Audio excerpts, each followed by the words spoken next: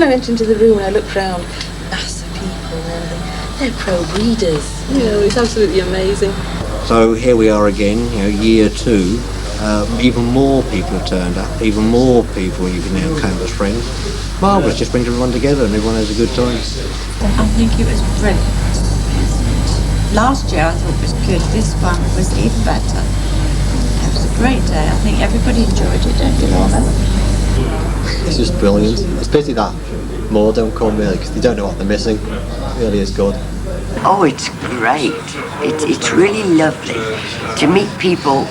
You've read their writings in Probe. You've perhaps talked to them on the telephone. You've written to them to ask their help in a game or something like that. And they're just names. Now they're people. And it's just wonderful. Though after last year, the first one, that was it. We thought, that's it. As long as Probe's going, we will have a convention. At the annual Probe convention, there's a great time to be had. But if a stranger entered, I'm sure he'd think we're mad.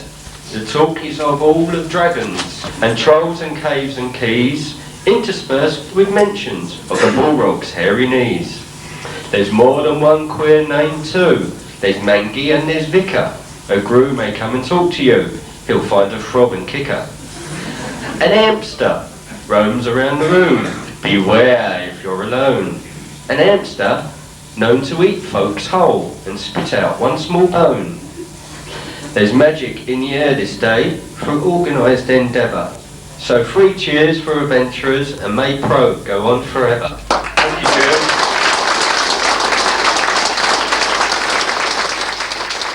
I resisted my very first computer. John said, we've got to get a computer, everybody's got a computer. There was a disc of games with it, 10 games. Mostly arcade, but there was one called The Quest. And I'd been playing those shoot-em-ups, Depth Charge, with little submarines and things. And then I loaded in the last one after a couple of days. I've been through them. And it said, you're standing outside the entrance to a dark cave. Heavy rain is falling all around you. What now? A little cursor. And I thought, it's crashed. It's not working. Where's the little man? Where's the gun? So I typed in the only word I knew, which was run. And it said, in which direction? And that was it. The computer was actually responding to me. And I was hooked. Would you please welcome all the way from Nottingham, Mr. Freddie Bunny Bunny.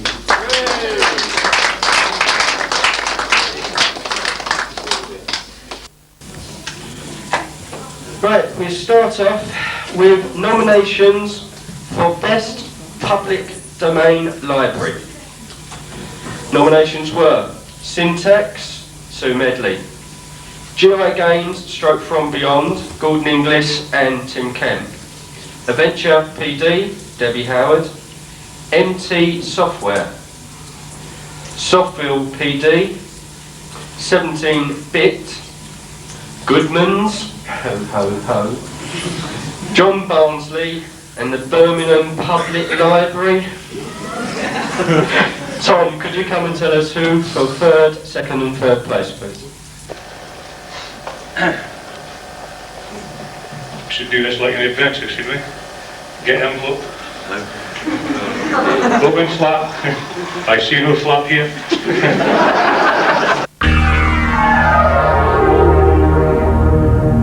Third place goes to Syntax, run by Sue Medley.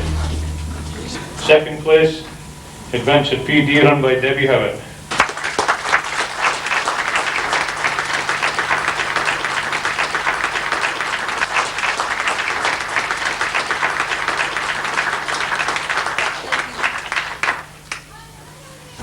First place goes to From Beyond, run by Tim Kemp, formerly run by Gordon Inglis.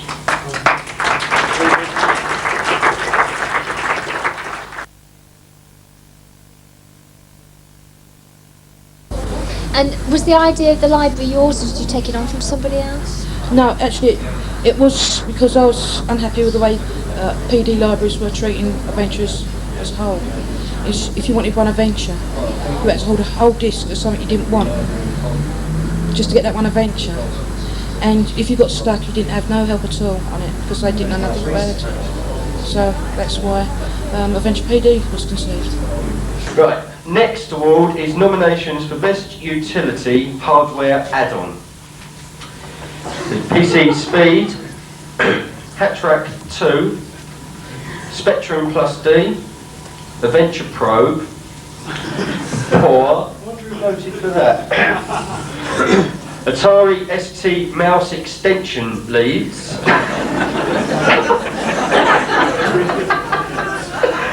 Adventure PD's Map Creator, Sambus for the Sam Coupe, 3D Construction Kit, PC Ditto 2, Adlan, and the Sainsbury's wing of the National Gallery.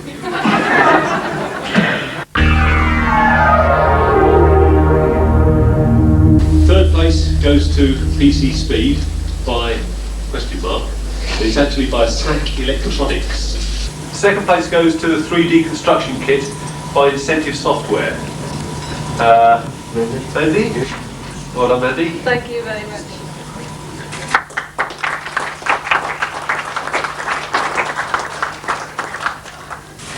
In the first place, I'm not surprised because I've seen it demonstrated today for the first time, and I was very impressed in the half an hour or so that I saw it running. First place goes to Hatrack 2 by Tony Heath.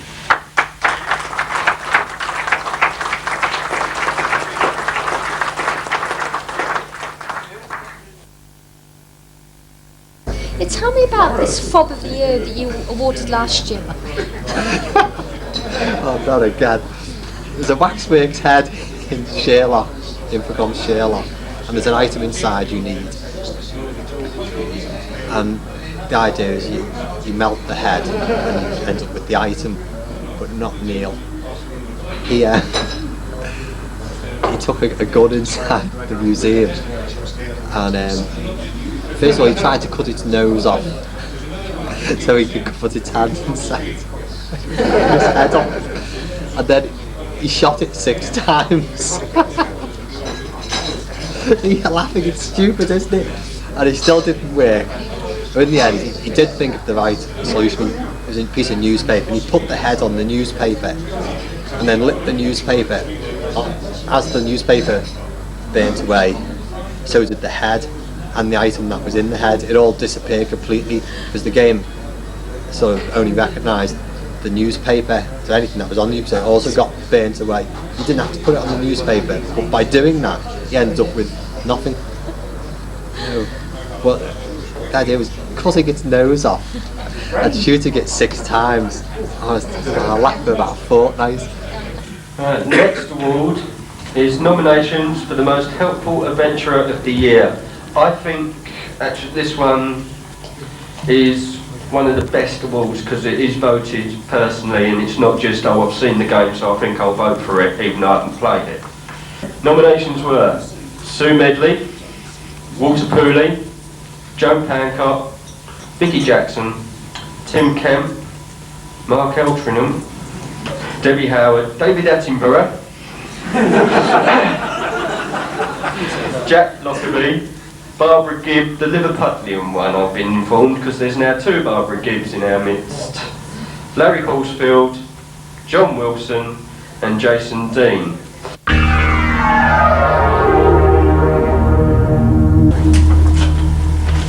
You did stick them down well. I did, didn't I?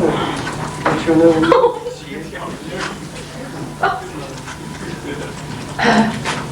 I'll be with you in a moment. Oh. What have you done? Super glue. Yeah. We're there. That's great. I didn't take longer this year. Third place goes to Joan Pancott.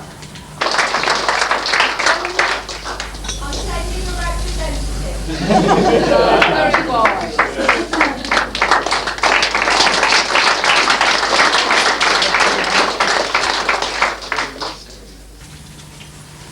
Second place goes to Walter Pooley.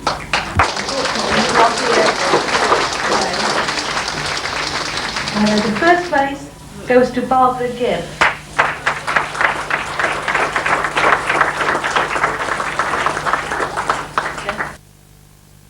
What do you enjoy about adventuring? Why do you do it?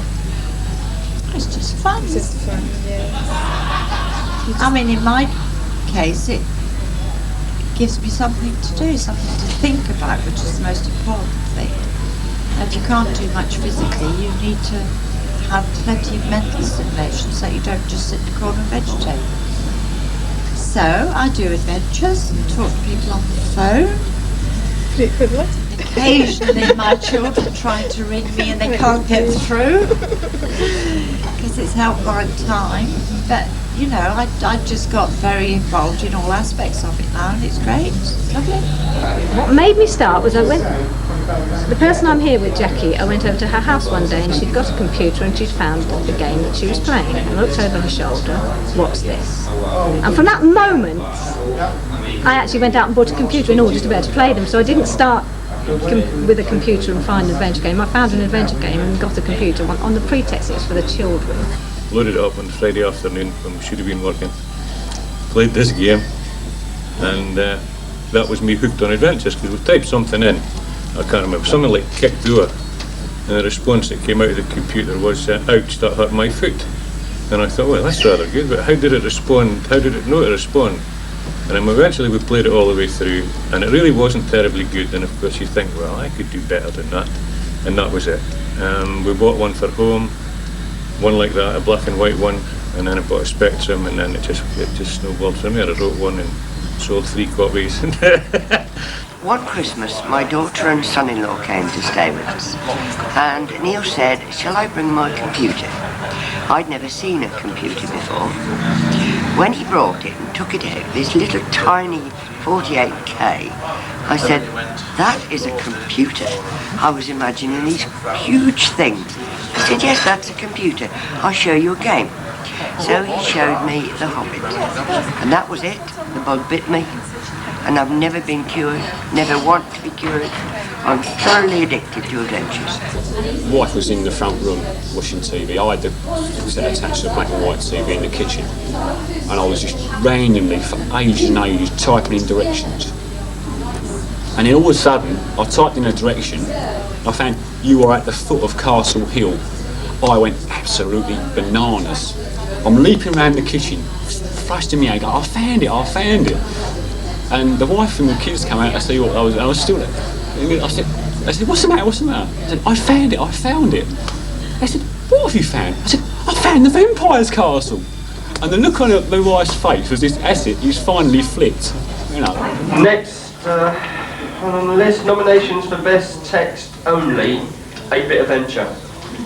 Nominations were Captain Cook, Spyro Legacy, Darkest Road, Golden Sword of Bacor, Axe of Colt, The Hermitage, The Test, Deep's Deeds, Rogue Midget, this is the way they're written, Into the Mystic, Behind Closed Doors 2, and House on the Tour.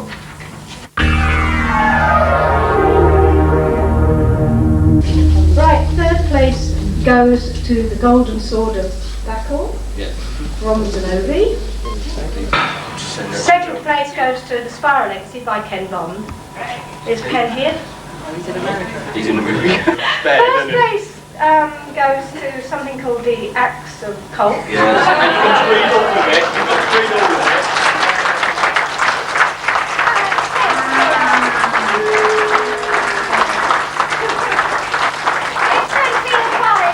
Larry Hawkfield for Kiss Fix Fiddle.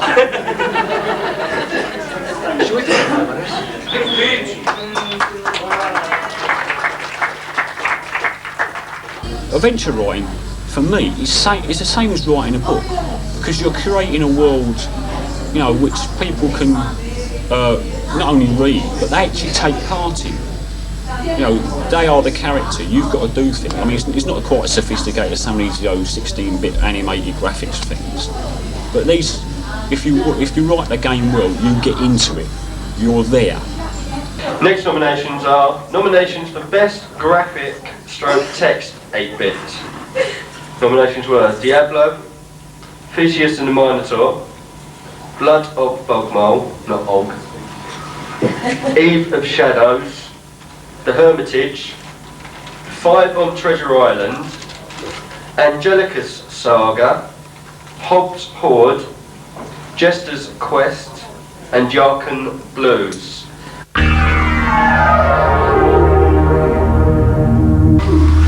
Makes you wonder if you get a free pair of sunglasses with it, doesn't it?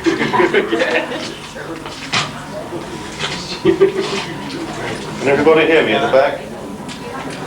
Can everybody hear me at the back? Right. Best graphic text adventure, 8-bit, 1991. Third place goes to The Hermitage by Anthony Collins.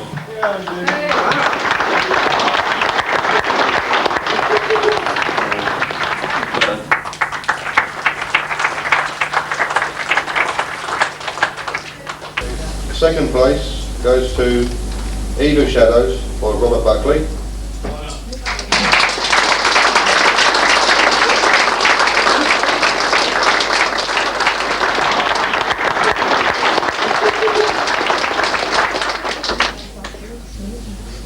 And first place for the best graphic text adventure 8-bit 1991 is Blood of Bogmole by John Lemon.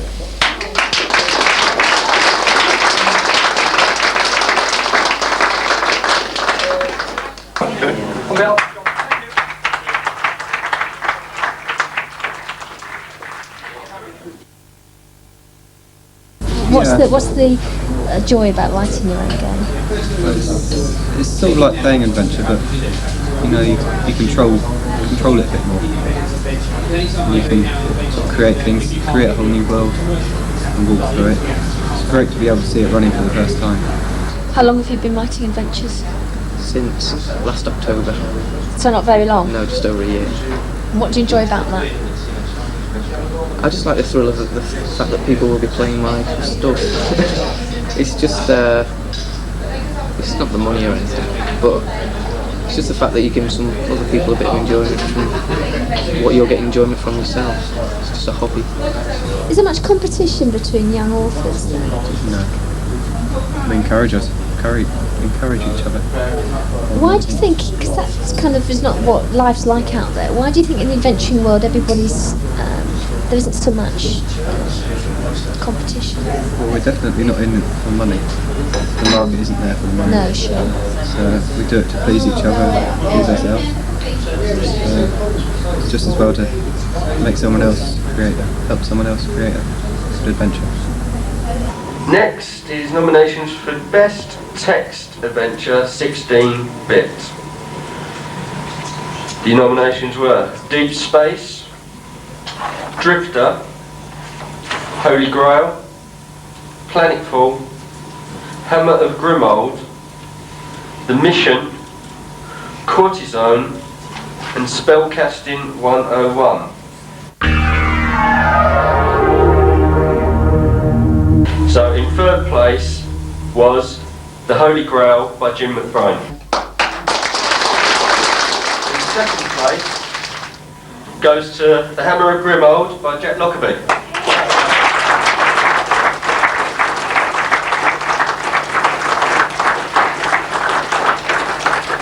And Jack was the only thing that kept Jim from winning all three, because The Mission won first place as well.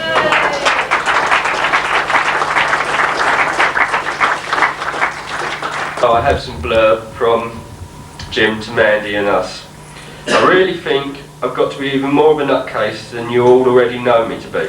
Imagine passing up the chance of meeting you all and indulging in some serious bevying, not to mention the swapping of hints and tales, and the opportunity at last of putting flesh on all them faceless voices at the other end of a telephone line. My old pals Bleckinsop and Braithwaite would be appalled. Be that as it may, however, I'm committed myself to running 26.2 miles in the Dublin Marathon 2 days from now.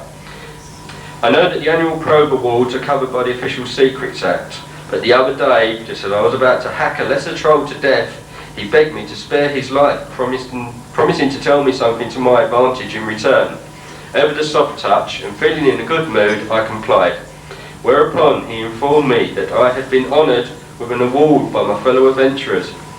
Need I say that once he had served my purpose, I dispatched him in any case to that great adventure land in the sky. I can only thank you all for your support and appreciation. Thanks, Mandy, for all the work you do on our behalf. Keep it up. We need you. Please wish me all the best on Monday. Now, I've just had an idea. Ireland, Leprechaun, Pots of Gold. There could be a venture in there somewhere. Jim.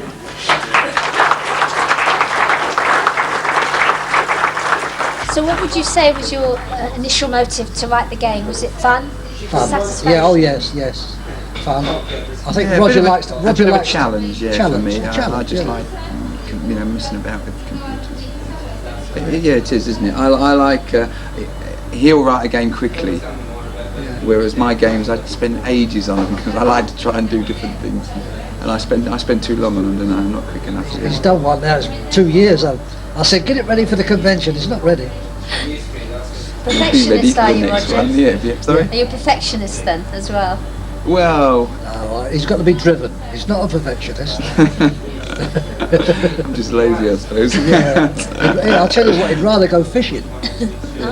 Best Graphic Adventure 16-bit. Nominations for this: Loom, Cortisone, Operation Stealth, and Secret of Monkey Island 1.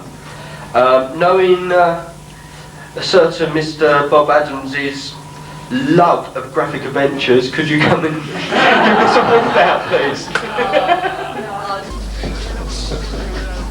I do love a bit of irony.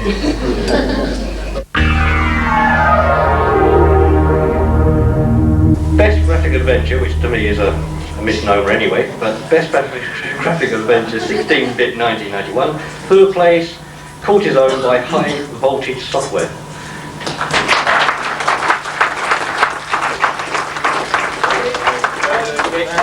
Carry on regardless. Second place, Operation Stealth by Delphine Software. US government.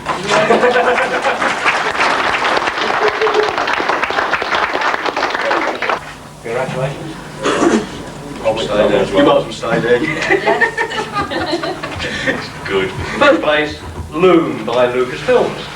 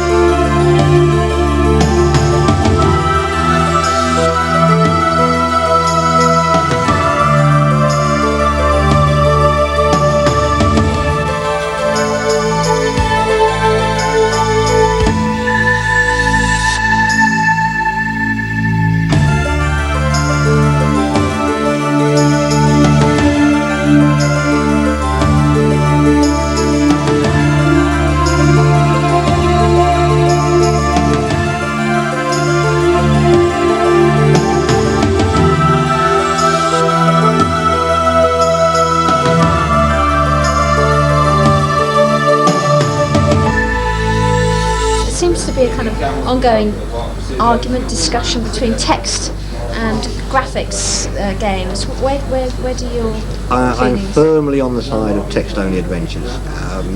It is a personal thing. Some people like to see pretty pictures. I prefer to use my imagination. I treat adventure playing the same as I treat reading a book. I've seen games where the graphics have been so badly drawn that it's just blobs of colour. And that, to me, they add nothing to the game because they take up space on the screen.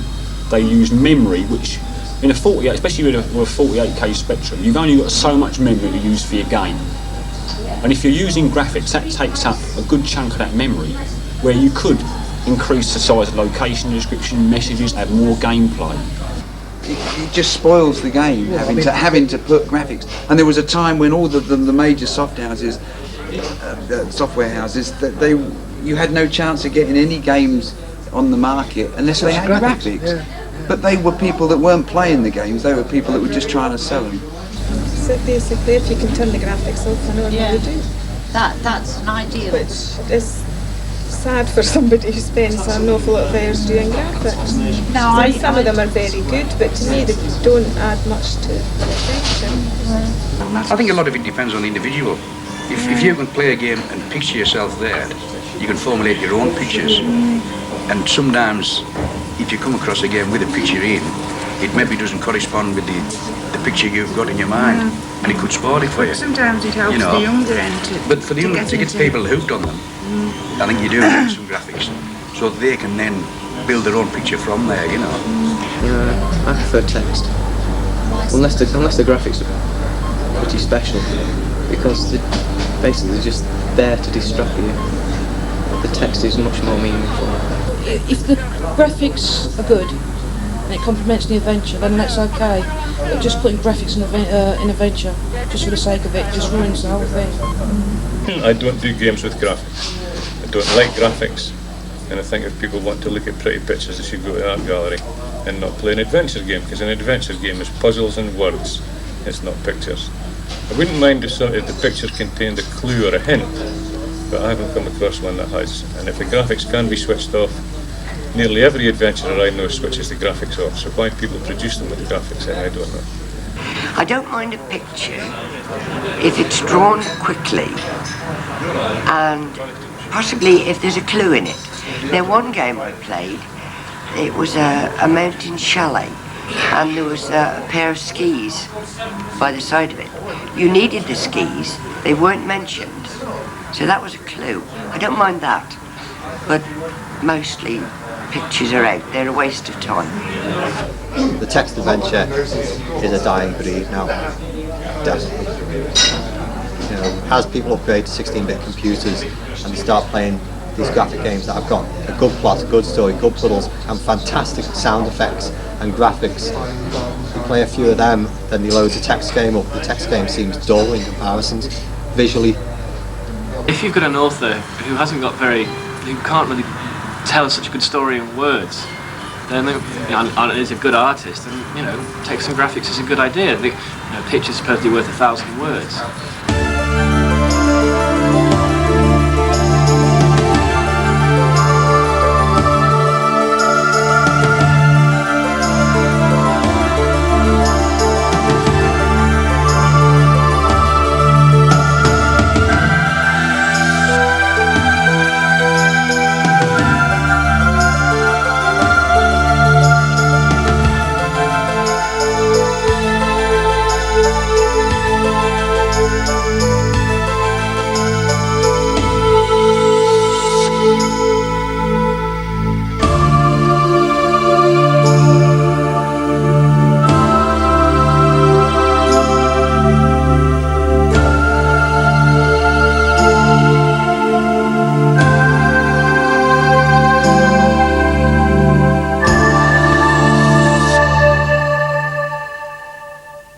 Next nominations are for the most helpful software company of 1991. Goes to GI Games, WoW, Zenobi, FSF, Recreation, River, Tartan, Lucasfilm and Dragonsoft. And Stuart's going to do this one as well. Hear me ask you. Thank you very much. Thank you.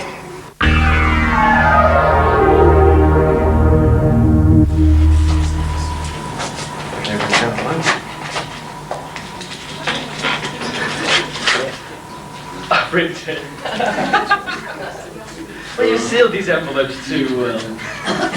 Right, well, third place goes to WoW Software, run by Joan Packer.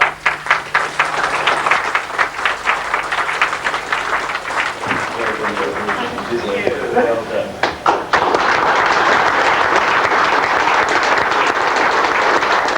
Second place goes to Zenobi Software, run by John Wilson.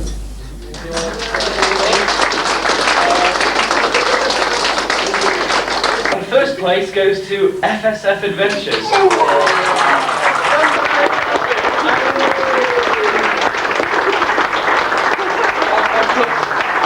Nothing to remind me of one of the organisers. Well done. There you go. Thank you. There you go.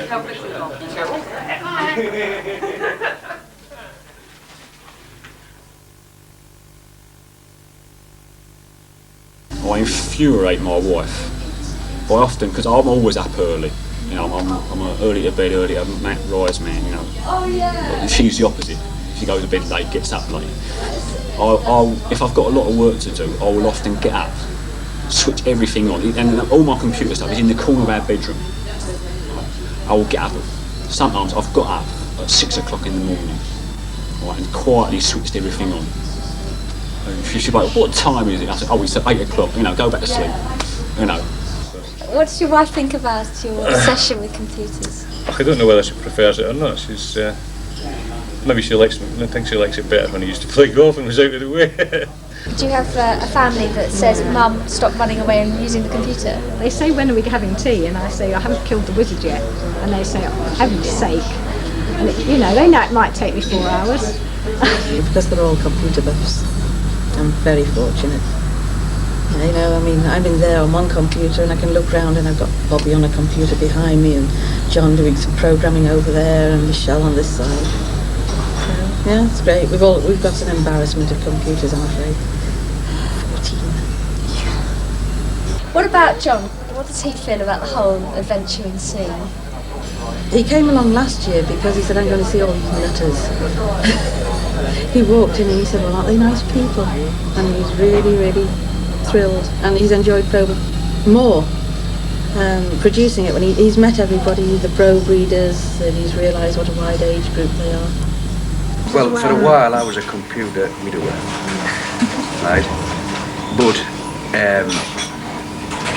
due to not seeing Margaret often, I thought I'd better get involved, you see, which I did, and I've thoroughly enjoyed it.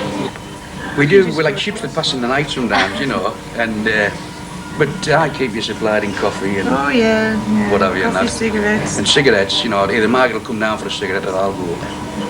It was like I can be sitting watching television, and all of a sudden Margaret will land in the room, and I've got a dragon, and in such and such a situation, what should I do? Well, of course, I've got to switch off from what I'm watching and start thinking about that, you know, because you never know what problem's going to come down, you know. So I quite enjoy it.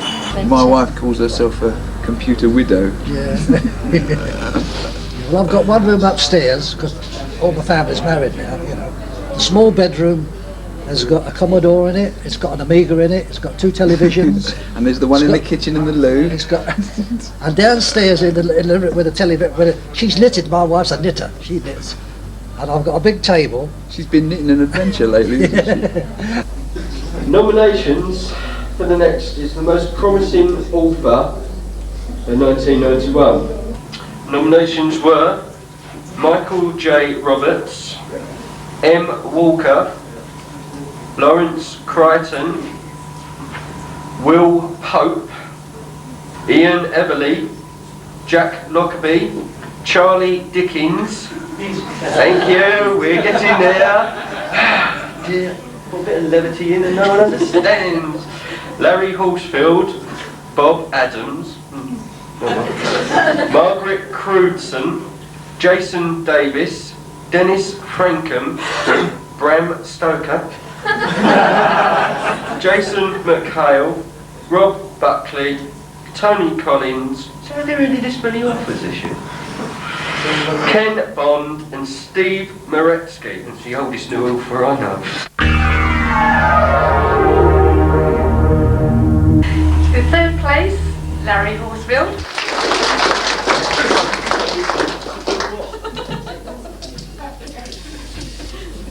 In second place, Lawrence Crichton, up the Springboks.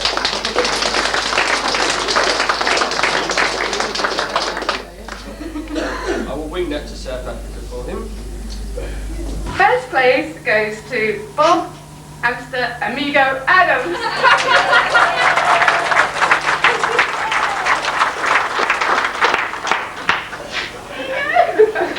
I don't believe it.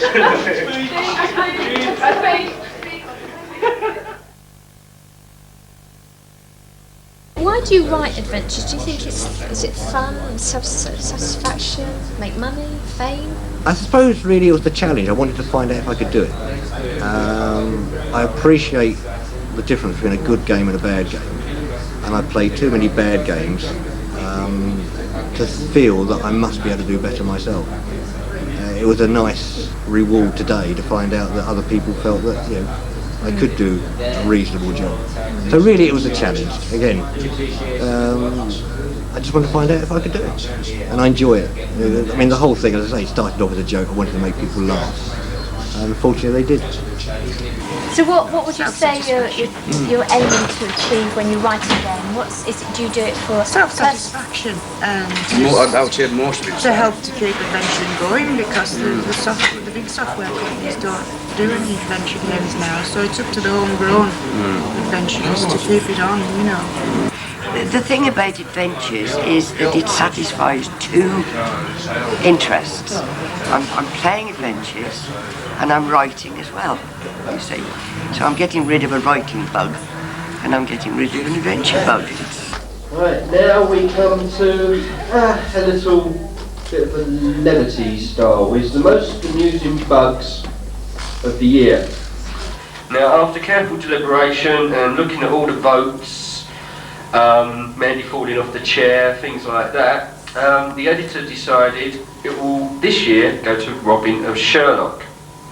The reason for this is, I didn't know about this one actually, because there was some controversy about the inclusion of the word fart in the vocabulary. So Fergus MacNeill, the author, removed the offending word and substituted break wind instead. Unfortunately, during the play, the player comes across a dusty old window, which he's told he cannot see through and cannot clean. Now, lying beside it is a brick. Now, most people's input after attaining the brick is to type break window. Now, Robin Sherlock was right on the quill. Now, people that work on the quill know it only accepts the first 4 letters. So naturally, he accepted break wind and reset the whole game because you swore. Great, lovely. How would you define an adventurer? An adventurer? Yes. Someone who's crackers. Absolutely crazy. Yeah. An idiot. Yeah, that's exactly. I was Crazy. just trying to decide whether to say idiot or maniac. Oh, a nutter, absolutely nutter.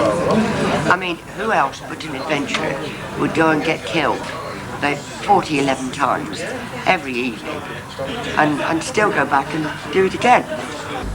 There are people who go to work and while they're doing whatever they're doing, serving in Tesco's or building a brick wall or whatever, they might be doing that, but they're not really thinking about that. They're thinking about a puzzle that they couldn't do the night before. It's not really normal, is it?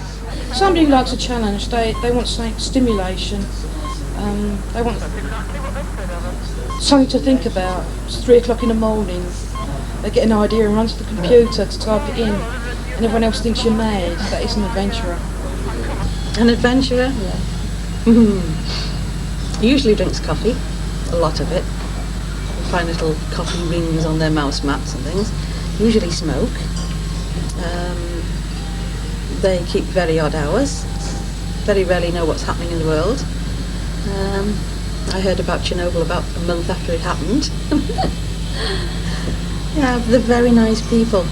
I think I can honestly say they're the friendliest people you could meet.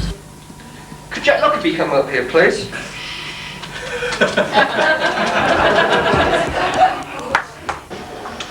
Now, you've got a game called Treasure Island, haven't you? Yes. Yeah. Got a bit where you examine a body, haven't you? Yes. What's the response you get? No idea. Red Leicester. Better than a green cheese any day. Well, I can explain that. So there's your Murphy's Law degree. There you go. Explain it. Well, a certain gentleman called Phil Glover sent me a letter and he said, I tried to get the body and I got Red Leicester. I couldn't understand this. And it went back to when June Road play tested the game. And in the first part, if you manage to go past Long John Silver into his pantry, you'll find a cheese. And she said, give them a hint that it's a red herring, so I typed, if they examined it, it's Red Leicester. Then later on I thought, well, I'm short of memory, so I took that command out, but I left the message in, and I put it on somewhere else. So when you move the body, you've got Red Leicester. But I'm blaming June Rowe.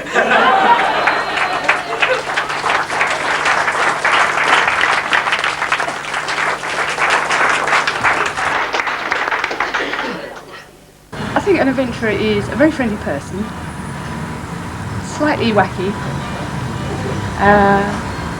very patient,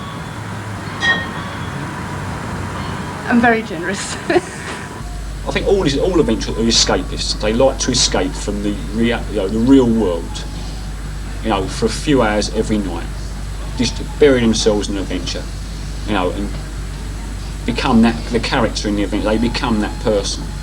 And sometimes if you've got into an adventure really deeply, you come down to earth with a hell of a jolt. It's like this weekend. You spend 364 days doing the same thing, and all of a sudden we come up here, we have a damn good time. It'll take you a week or two to get over it. But last night, while you were all sleeping soundly in your beds, the ongoing battle between good and evil was once again joined in room 507 of this very hotel. Stuart White and myself had a contest of Lords of Chaos, a two-player game, and after 4 hours, finishing at about 4 o'clock this morning, Stuart White as the Balrog, his wizard, narrowly triumphed over myself as Flossie. I thought there was a bit of psychological warfare there. Perhaps you wouldn't want to hit a Flossie, but it didn't work. I'll leave it to you, therefore, to decide whether it was good or evil that tried. But it was Stuart that was successful. Nevertheless, what is certain is that I bow to Stuart's superior tactical ability and pronounce him UK champion of Lords of Chaos. Perhaps I shouldn't have sent him my tips first.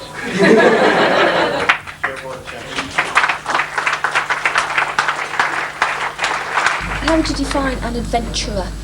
Well, there isn't such an animal, I don't think. I mean, you'll have seen 120 different people here today. And there's a little quiet, mousy type of people who say nothing, and there's the gregarious type who speak all the time and tell funny stories. And I think it's people who've got an active mind, because they are puzzles. They're not. Other kinds of computer games require hand and eye coordination and fast reactions to what's happening on the screen with what you do with your hands. Well, adventure is not like that. You need not even a fast brain, but an agile and an acute brain. So people who are interested in keeping their mental attitude up and working with their brains are people who will play and want to play adventures. Last year we all had a good time, didn't we? Yes. Yes. Nice little hotel. If no bar did close early. And there was this person that was going around having a laugh and a joke, a few bevies with us. Then he went and spilled the beans on all of us, didn't he? At the convention. He wrote a game about it. Tom Frost, you are a swine. Come up here and get an award for spilling the beans on all of us at the first convention.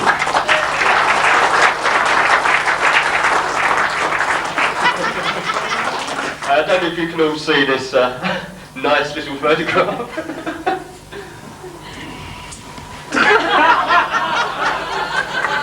It's quite windy. What was that word? Fart? I'll do it again this year. Good out. Be careful. Can I blame Lorna? Jack never played tested, why can't I? In fact, last year there was a Play Tester of the Year award. They don't have one every year, and she won it, and she's absolutely superb. In fact, she's so good now that I tend not to play them an awful lot. I write it and then test it a little bit, and then send it off to her, and rely on what she finds. And well, she always finds something. So sometimes it causes a major rewrite. It's something she discovers that I hadn't thought of or had forgotten or done wrong. And she goes so deeply into it that I'm quite confident that the games that I publish that she's play tested, there is not a bug in them. But Tom gave me initials after the name. The letter arrived one day to Lorna Patterson, DBE, and when I asked him, he said it stands for Debugger Extraordinaire. So, debugger for short. Take it whichever way you will. Why are you called the Grue? It's just the creatures in the Infocom games that kill people and rip them from limb to limb, and they're very nice, really. They used to call me Scooter at college, or Scoot. Because? Because apparently I look like one of the Muppet characters, which I think's a bit unfair. Do you have a nickname at all, either of you, in the I'm Jack. adventure world? I'm Jack and he's Roger, that's all. No, that's all. Sometimes he calls me Dad. Vicar Jackpot. Yeah, I did that on I have a spell checker on the Amstrad. And I sat there one afternoon. I did a letter to somebody and I thought, I'll spell check it, and it changed the name. And I thought, this is funny. So I typed in a load of people I know, adventurers I know, and sort of ran the spell checker over it and came up with some hilarious results.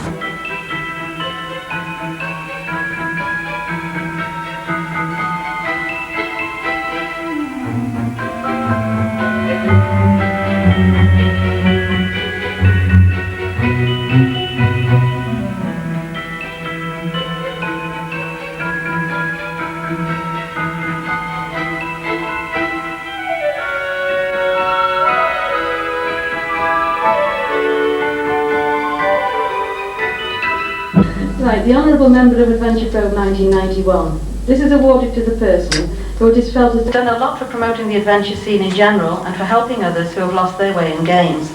The award also covers free life membership to Adventure Probe, and the name will be joined with the other Honourable Members, as one only so far, which is Keith Campbell from last year. This award is not voted by the membership, as many people would come under this category, but is picked out for sterling work and effort where no reward is asked for. Joan Pancott has been awarded this title for 1991 due to her helping around 8,000 callers on the telephone helpline over the years, and also for relaunching the adventure scene on the Amstrad CPC with WOW software. So welcome to a most valuable member.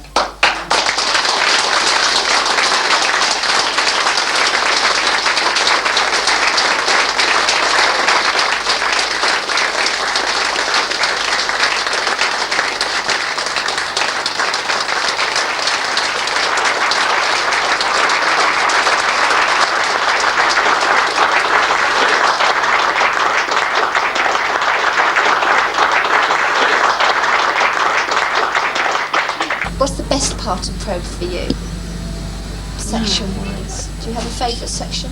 Letters, I think. I always do the letters first, so it must be because I always like to do the best bits first, and the editorial last. But actually writing Probe is no problem. It only takes me about a couple of days, because the readers send in everything. I haven't got to think about what I'm going to write, which is absolutely great. Sometimes I sit there at the editorial, it takes me all day to do an editorial. Mine goes a complete blank. What am I going to tell them about this month? I haven't played an adventure this month. Talking about adventures, you must have not much time left to play adventures, maybe thought, once after took Probe on, or was that not Well, I keep Sunday free. So Sunday is the day when I actually go sailing model boats in the morning. I think everybody's surprised to know about that. Afternoons, play adventures. All sorts of things like that. What do you like best about Probe? Oh, Probe's a super magazine. I mean, it's been going now for about 6 or 7 years. It's got, I suppose, it's got everything in it. And Mandy and Pat and Sandra, who started it, got the mix right. It's so friendly. People, nice letters, nobody says a wrong word about anybody, unless you mention green cheese sandwich. A lot of fun. Loads of people you can phone up for help, even people who aren't on the helpline, you can still phone up for help or advice on all sorts of things. Anybody can join, write in, see what they feel.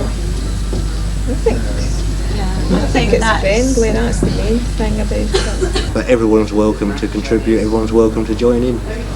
Do you find a particular part of the magazine the way that you like best? Or?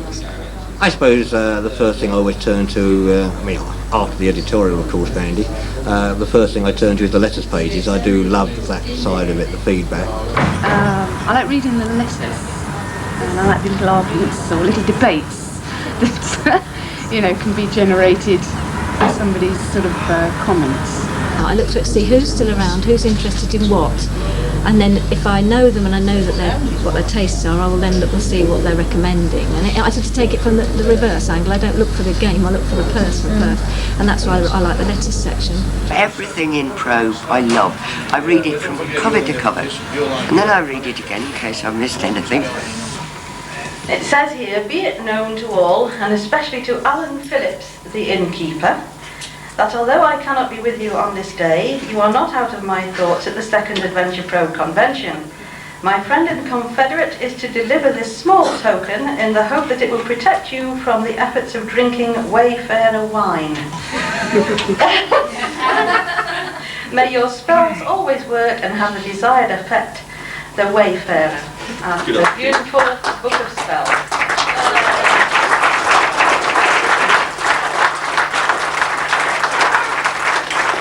Another one, be it known, your gruesomeness. That although I cannot be with you on this day, you certainly have not escaped my thoughts at the second Adventure Probe convention. My friend and confederate is to deliver this small token in the hope that it will in some measure thank you for your part in giving me the boot last year. The thought of so large a carnivore as yourself eating birdseed is too good not to be immortalised for posterity. I told you it was only Lent, the Wayfarer. If I explain that Gru was playing Grunapt, they had to use the birdseed, and unfortunately Gru told me he'd ate it. So Gru,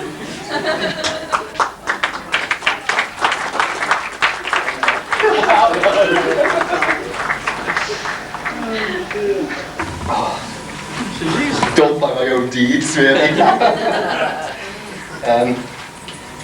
I'm not going to thank Nick for this award. I'm just going to let you all know that I will get my own back.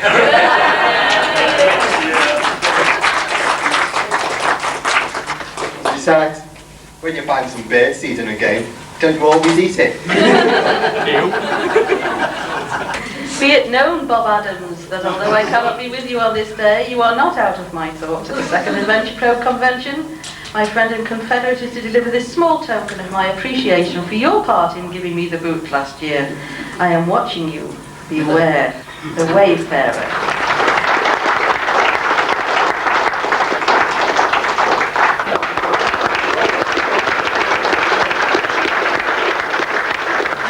I think I was one of the few people that actually breathed a sigh of relief when Nick said he couldn't make it this year. Gru and I thought we got away with it, but he's got to us anyway. What I can say is roll on next year. Yes, Gru?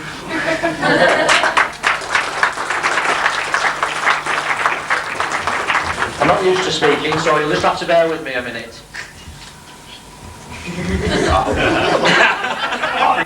This is by way of just a little change. This gentleman stood on my right here is known to you all. Many of you have written to him, spoke to him on the phone. He's helped many people out who got stuck in adventures and weird places where he has gone before. You can tell by his face he hasn't got a clue what's going on. But what I want to bring to your attention is something completely different than what we've been talking about for the last hour. Many of you, well in fact all of you, will not know that standing before you here is one of Liverpool's greatest sportsmen. Now there's not a lot of sportsmen in Liverpool, I know, but it is quite an achievement. Because this guy here started playing golf just a few months ago. And in that short space of time, well, I've heard how good he is, and really, I've seen him, he is good.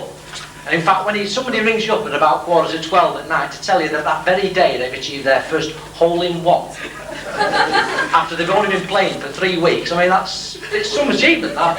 Because if there's anybody here who plays golf, they'll know that the odds against that are about, I don't know, 40,000 to 1. This guy did it in 2 weeks. So on behalf of his friends up north, I'd like to present him with a small, lifelike model that was sculpted at some considerable cost, I might add, by the famous Yorkshire sculptor Arthur Postlethwaite, who probably many of you will have heard about. I would like to present him with this small trophy to hopefully to put in the cave. Thank you very much.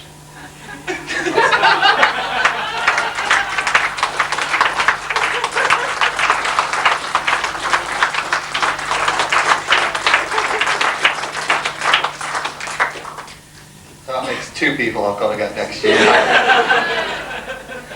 Actually, what he didn't tell you was that the golf is on the computer. It's not.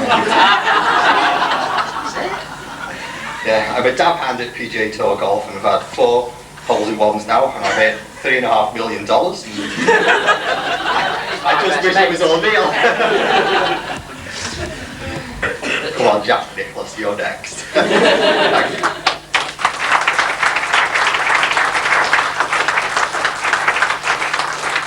Seemed to be a kind of worry about the current state of the adventure scene. Well, there's always been a worry about that, isn't there? Yes, I But think it'll carry on for another 18 months. you got the little hardcore that will still play. Oh, it's closing in all the time, you know. Well, the thing at the moment, it's all homegrown stuff because Activision and Infocom, they've all gone away. So it's left to the people who play the games to write them to keep the thing going. And it's a sad thing when it comes down to that, but I should imagine it'll be around for quite a long while because there's a bit of commitment there now. I mean, there's some pretty young ones in there today. I think it's always been small and possibly things like Monkey Island being so popular, which is a graphic adventure. That's the way it's going. I don't want text adventures to die, but everyone's been saying they've been dying ever since I've been doing them, and I haven't seen any evidence of it. It's up to the people who buy them. It's up to them completely. There's people like Joan and myself who are willing to work hard, but if nobody's going to buy them, then it's just going to die. You don't believe that's going to happen, do you? No, I hope not. I'm addicted to my Amstrad and I hope other people are too. People have been saying that adventures are dying for at least the last 5 years, and they're still alive and kicking, and they'll go on being alive. I think you see how many people there are here. We're all adventurers. As long as there are adventurers and people like John Wilson, Jack Lockerbie, Larry Horsfield, Tom Frost, people who write adventures, there will always be adventures. No doubt about it. Well, it is on the way out. I think everything will be on the way out. And the world changes, everything changes. Different kinds of games will take over. But this kind will carry on as long as this. Well, you've been here for a couple of days and seen the kind of people that come out. You can get 120 people from all over the country once a year to attend something like this. And adventure games will carry on. Well, if you'd asked me before the convention, I'd probably give a different answer, but seeing all those people in there so avidly playing adventures, I think while we're here, adventures will be here.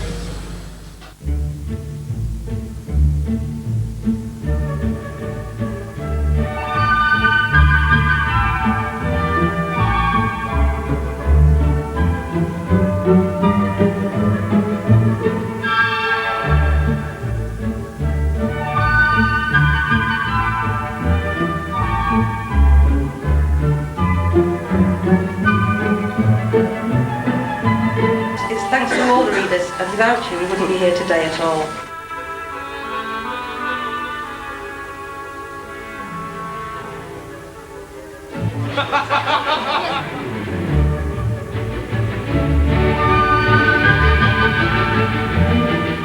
It's been a fantastic day. It wants to carry on every year.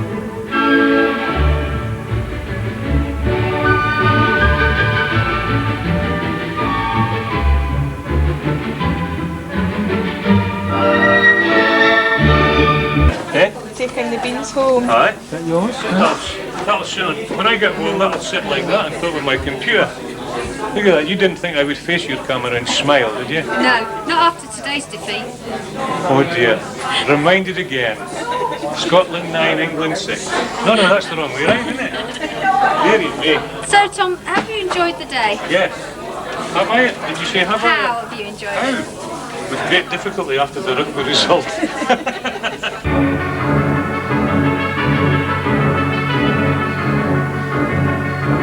Is there anything that you would you'd like to say?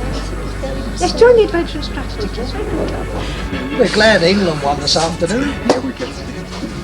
It's nice to meet the guru as well. I've spoken to him a few times. I didn't know he was that hairy. I'd just like to thank Mandy for bringing this all together.